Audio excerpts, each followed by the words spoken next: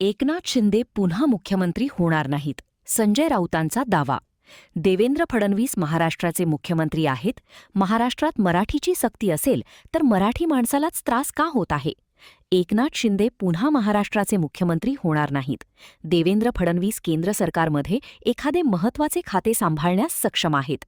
एकनाथ शिंदे यांनी अमित शहा यांच्याबाबत असे वक्तव्य केले असते तर काय झाले असते, असा सवाल खासदार संजय राऊत यांनी उपस्थित केला. पाहूया ते काय म्हणतात. तपोवनाला हिंदू संस्कृती, रामायण, पुराण या संदर्भात एक महत्त्व आहे. प्रभू श्रीरामाच्या वास्तव्यानं पवित्र झालेली ती जागा आहे. म्हणून आम्ही सगळ्यांनी, पर्यावरण प्रेमींनी वारंवार आम्ही तिथे आंदोलनं केली. स्वतः आदित्य ठाकरे त्या आंदोलनात सहभागी झाले, त्यांनी ते प्रश्न मांडले, इतरांनी सुद्धा मांडले. तरीही बेफाम पद्धतीनं हे जे कुंभमेळ्याचे प्रमुख आहेत, म्हणजे देवेंद्र फडणवीस यांचे चंपतराय, गिरीश महाजन यांनी ती जंगलतोड करायला लावली, वृक्षतोड केली. आणि आता कशा करता मग माफी मागताय? माफी आता मागून काय करताय? कुंभमेळ्याच्या निमित्तानं आपण जे करायला जात आहात नाशिकमध्ये, हा या महाराष्ट्रातला शतकातला सगळ्यात मोठा भ्रष्टाचार असेल. माझ्याकडे सगळी माहिती आली. एकतर सर्व ठेकेदार गुजरातचे आलेले आहेत आणि सब ठेकेदार मग आपले भाजपचे ह्याचे त्याचे कार्यकर्त्यांना ही कामं, पण मुख्य कामं जी आहेत ठेकेदारीची, हे सगळे गुजरातचे ठेकेदार आहेत. आणि त्याच्यामध्ये मग थोडंफार कमिशनबाजी ही खाली चालेल. हे काय हिंदू संस्कृतीला धरून नाही किंवा हिंदू धर्माला धरून नाही. जनतेचा पैसा, कराचा पैसा जनतेच्या, अगदी CCTV कॅमेरापासून भ्रष्टाचार आहे. सर्वत्र रस्ते वगैरे सोडून द्या हो. जे CCTV कॅमेरे लावले जाणार आहेत ना, त्याच्यातला भ्रष्टाचार किती मोठा आहे, 350 कोटी रुपयाचा. हे तुम्हाला मी लवकरच तुमच्या समोर मी देणार आहे. या हिंदू धर्माच्या नावानं सुद्धा आपण पैसे खाताय, राम मंदिरापासून ते काळाराम मंदिरापर्यंत आणि कुंभमेळ्यापर्यंत. लाज वाटली पाहिजे तुम्हाला, बरोबर लाज वाटली पाहिजे. आणि असे चंपतराय हे फक्त अयोध्येमध्ये नसून जिथे जिथे भारतीय जनता पक्षाचं राज्य आहे त्या प्रत्येक राज्यामध्ये असे चंपतराय आहेत.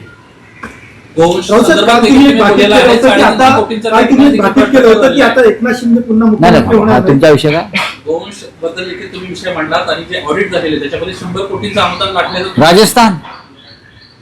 राजस्थानमध्ये गोशालांना अनुदान मिळतं, गोशालांना, आणि साधारण 100 गोशाला या बोगस आहेत.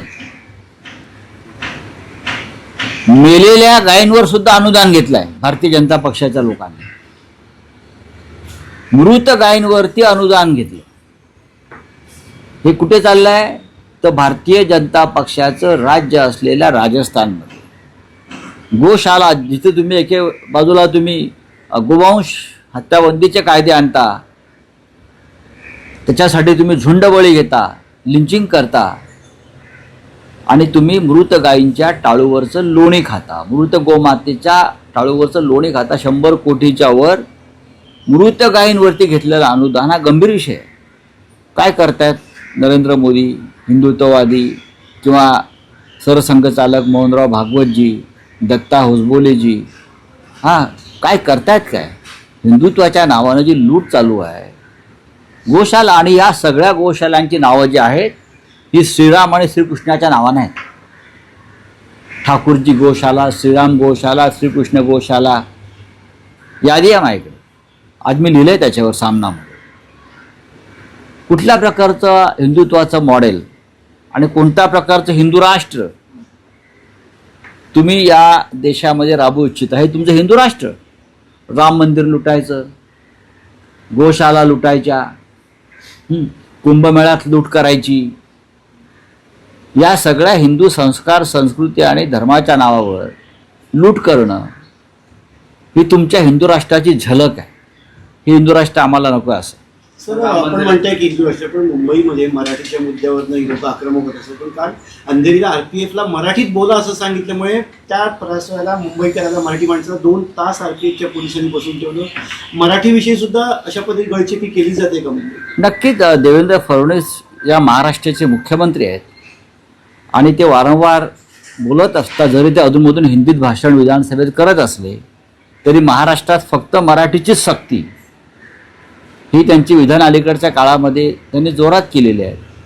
बघ, महाराष्ट्रात मराठीची सक्ती असेल तर मुंबई जी महाराष्ट्राची राजधानी आहे तिथे मराठीत बोला असं सांगणाऱ्या मराठी माणसाला त्रास का होतो आहे याचं उत्तर या राज्याच्या मुख्यमंत्र्यांनी दिलं पाहिजे. त्यांच्यामध्ये जर मराठी आत्मा आणि मराठी स्वाभिमान जिवंत असेल तर. काल तुम्ही एक बातमीत केलं होतं की एकनाथ शिंदे आता पुन्हा मुख्यमंत्री होणार नाहीत, पण एकनाथ शिंदेमुळेच भाजप पुन्हा सत्तेत आली होती. भाजपने परोपकारी भावना ठेवली पाहिजे देशात देवेंद्र फडणवीस आणि राज्यात एकनाथ शिंदे, असं बच्चू कडू म्हणतात. मला माहीत नाही कोण काय म्हणते ते, पण मी जे काल म्हणालो त्या मताशी मी ठाम आहे. एकनाथ शिंदे पुन्हा या राज्याचे मुख्यमंत्री होणार नाही. शिवसेना फोडण्यासाठी त्यांचा वापर केला.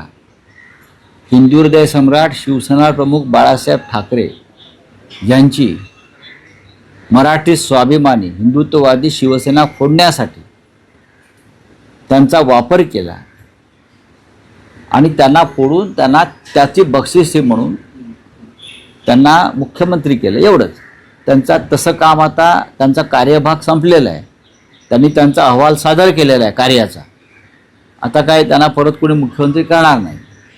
केंद्रामध्ये जर बदल झाले, केंद्रात जर बदल झाले आणि नरेंद्र मोदीजींना असं वाटलं की देवेंद्र फडणवीस हे केंद्रामध्ये एखाद्या प्रमुख खात्याचं नेतृत्व करण्यासाठी योग्य आहे, 100% ते योग्य आहेत, केंद्रीय स्तरावरच योग्य आहेत ते.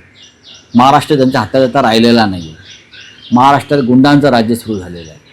तर ते जर गेले, त्यांना अर्थ खातं मिळालं किंवा त्यांना HRD मिनिस्ट्री मिळाली तर फार महत्त्वाची खाती आहे ती. आम्ही तर म्हणू त्यांना 2029च्या आधी प्रधानमंत्रीपद त्यांनी मिळवावं. तर मग महाराष्ट्रामध्ये भारतीय जनता पक्षाचाच मुख्यमंत्री, ते बाहेरचं मुख्यमंत्री कशा करता करतील? भाजपची परंपरा नाही. एकदा केलं पक्ष फोडण्यासाठी ना, ते परत बाहेरचा जर एकनाथ शिंदे हे त्यांचा गट घेऊन विलीन झाले आणि त्यांनी सांगितलं मी भाजपाईच आहे ओरिजिनल, तुम्ही नंतर आलात, या भाजपची स्थापनाच मी केली, असं जसे ते म्हणतात शिवसेनेची स्थापना मी केली, मी शिवसेनेचा संस्थापक, असं ते आता म्हणतात ना, तसं ते भाजपात गेले आणि त्यांनी सांगितलं देवेंद्र फडणवीस माझे कार्यकर्ते होते, बावनकुळे माझे कार्यकर्ते होते, नरेंद्र मोदी माझे कार्यकर्ते होते, अमित शाह कलका बच्चा आहे, त्यांना काय कर, असं जर त्यांनी जर काय भूमिका मांडली तर मी भाजपचा जन्मदाता आहे, तर त्यांना कदाचित भाजपमधून मुख्यमंत्री मिळू शकेल. पण आत्ता बाहेर राहून त्यांना काही मिळणार नाही. भारतीय जनता पक्षामध्ये मूळ भाजपचे असलेले असे अनेक लोक आहेत, त्यांचा विचार होईल. काल मी चंद्रशेखर बावनकुळेजी यांचा उल्लेख केला, तर ते अधिक सक्षम नेतृत्व करू शकतात असं मला कायम वाटतं. पुन्हा भाजपच्या लोकांना जे गेलेले आहेत त्यांना परत आणण्याचा प्रयत्न सुरू आहे, कारण खडसे स्वतः बोलतात की मला अमित शहानी फोन करून मला माहित नाही. बघा, हा त्यांचा काय व्यक्तिगत अंतर्गत विषय असतो, त्याच्यावर आम्ही का बोलावं.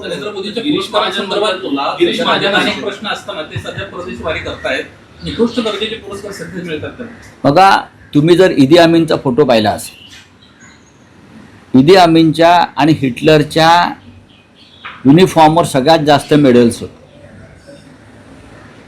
पहा तुम्ही त्यांचे बघा तुम्ही, ईदी अमीनचा कोणताही फोटो काढा, हिटलरचा फोटो काढा, सद्दामचा फोटो काढा, तुम्ही कोणत्याही हुकुमशहाचा फोटो काढला तर त्याच्या युनिफॉर्मवर असे नुसते मेडल लटकत असतात. तुम्ही पाकिस्तानच्या जनरल मुनीरच्या कपड्यावरती बघा किती युद्ध कधी करतात, मेडल कधी मिळतात, कसले मेडल, कसले पुरस्कार. देशात काय चाललं आहे. सोनम वांगचूक गेल्या 14 दिवसापासून उपोषणाला बसलेले आहेत. सोनम वांगचूक हा हिमालयाचा सुपुत्र 14 दिवसापासून नीट परीक्षेच्या घोटाळ्याविरुद्ध धर्मेंद्र प्रधानच्या राजीनाम्यासाठी उपोषणाला बसलेला आहे. पद्मश्री, आंतरराष्ट्रीय कीर्तीचे पर्यावरण तज्ज्ञ, आणि सरकार त्यांची साधी दखल घेत नाही. मेडल कसले फिरवत आहे. 14 दिवस झाले. अण्णा हजारे 11 दिवस उपोषणाला बसले होते. काँग्रेस पक्षानं धावाधाव करून त्यांचं उपोषण सोडलं. अनेक शिष्टमंडळं गेली, अनेक केंद्रीय मंत्री गेले. पण सोनम वांगचूकला जंतर मंतरला मरू देण्यासाठी सरकार प्रयत्न करत आहे. सरकार लक्ष देत नाही. इतकं निर्घृण आणि निर्दय सरकार जगाच्या इतिहासात झालं नसेल. सर, विनायक राऊत आणि त्यांच्या मुलावरती गंभीर आरोप केले. बघा, त्यांच्या आता- मुली सुनेकडनंच हे आरोप बघा, हा त्यांचा एक विषय वेगळा आहे. मला वाटतं त्याच्यावर त्यांनीच बोलायला पाहिजे. ज्या विषयाविषयी माझ्याकडे माहिती नाही. हा काय राजकीय विषय नाही आहे. हा त्यांचा एक कौटुंबिक विषय आहे. राजकीय बनवलं जाऊ शकतो. नाही बनवू द्या. विरोधक कोणत्या विषयाला राजकीय वळण देऊ शकतात. पण मला वाटतं स्वतः विनायक राऊत या विषयावरती बोलण्यासाठी समर्थ आहे. गुन्हा ठाण्यामध्ये नोंद करण्यात आली. म्हणूनच संशयास्पद आहे. सर्वोच्च न्यायालयाने विरोधी कायद्याच्या अनुषंगाने कारवाई व्हायला पाहिजे असं त्यांच्या सुनेचं म्हणणं आहे. कारण त्या संदर्भात अनेक दाखले त्या सुनेने नाही, मी अजून ते FIR वाचली नाही. मला आता कोणीतरी त्याची माहिती दिली आणि आता तुम्ही सांगताय. संशयास्पद का ठाण्यात म्हणतात? संशयास्पद असं का म्हणतं? नाही, ठाण्यामध्ये अशा प्रकारचे गुन्हे दाखल होऊ शकतात. ठाण्यामध्येच. हिंदी में क्या आहे नाही. सर्वोच्च न्यायालयाने राज्य सरकारला पुन्हा एकदा फटकारलंय. जामीन अर्जाला काढून विरोध हा राज्य सरकारकडून केला जातो. मात्र लवकर सुनावणी होण्यासाठी सुस्पष्ट आज मी पाहिलं ते मग आमची सुनावणी का होत नाही 4 वर्ष. तुम्हाला जर विलंब खटलाना होतोय सुप्रीम कोर्टला, त्याची चिंता वाटत असेल, मग गेल्या 4 वर्षापासून शिवसेना चिन्ह आणि पक्षासंदर्भात जी याचिका घेऊन आपल्या दारामध्ये उभी आहे, डोकं फोडते आहे, याचना करते आहे, त्या संदर्भात सर्वोच्च न्यायालयानं दखल का घेऊ नये. म्हणजे उपड्या घड्यावर पाणीच. चला, जम्मू काश्मीरमध्ये उमर अब्दुल्लाने आरोप केलाय. भाजपमध्ये सरकार थोडं 30 ते 40 कोटींचा तिथं ऑफर केलेत आमदारांना. बघा, तामिळनाडूचं सरकार पाडण्याचा प्रयत्न झाला.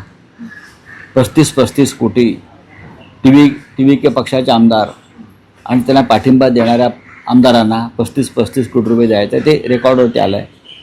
महाराष्ट्रात तेच झालेलं आहे. पश्चिम बंगालमध्ये तेच झालं. आता जम्मू काश्मीरसारख्या सीमावर्ती भागातसुद्धा भारतीय जनता पक्ष हे उपद्रव करत असेल तर मला असं वाटतं देशविघातक कृत्य नाही यासारखं. सीमावर्ती राज्यात कायम शांतता आणि स्थिर सरकार असणे अत्यंत महत्त्वाचं असतं. पण काश्मीर आणि पंजाबसारख्या राज्यातसुद्धा हे असे खेळ करत असतील तर त्यांना देशाच्या स्थैर्याची आणि शांततेची अजिबात चिंता नाही.